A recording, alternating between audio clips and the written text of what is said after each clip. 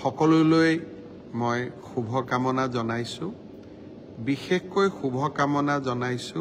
সেই সকল নৱপ্ৰজন্মৰ বন্ধু বান্ধৱীলৈ যিসকলে অহা 15 তাৰিখে তৃতীয় শ্ৰেণীৰ পৰীক্ষাৰ বাবে পৰীক্ষাত অৱতীৰ্ণ হ'ব এই পৰীক্ষাৰ জৰিয়তে আমি প্ৰায় ৭,৫০০তকৈও অধিক পদবী অসম চৰকাৰত থকা তৃতীয় শ্ৰেণীৰ চাকৰিৰ পদ পূৰণৰ বাবে আমি চেষ্টা চলাম অসমত ইমান ডাঙৰ পৰীক্ষা আগত কেতিয়াও হোৱা নাছিল 11 লাখ ছাত্ৰ ছাত্ৰীয়ে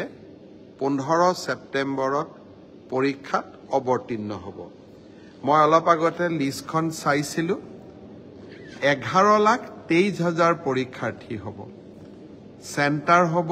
2,305টা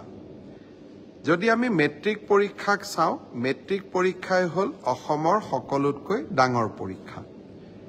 আৰু বেছি ছাত্ৰ ছাত্ৰীয়ে পৰীক্ষা দিয়ে এই পৰীক্ষাটো মেট্ৰিকতকৈ 3 গুণ হ'ব আৰু 2305টা কেন্দ্ৰত পৰীক্ষা পতা আৰক্ষী মোতায়েন কৰা সেন্টাৰ ইনচাৰ্জ এটা বৃহৎ কৰ্মযজ্ঞ মই আশা কৰো সকলোৰে সহযোগত এই পৰীক্ষা সুকলমে অনুষ্ঠিত হ'ব কোৱাৰ প্ৰয়োজন নাই কিন্তু তথাপিতো আকৌ এবাৰ কৈছো যে আৰক্ষীৰ পৰা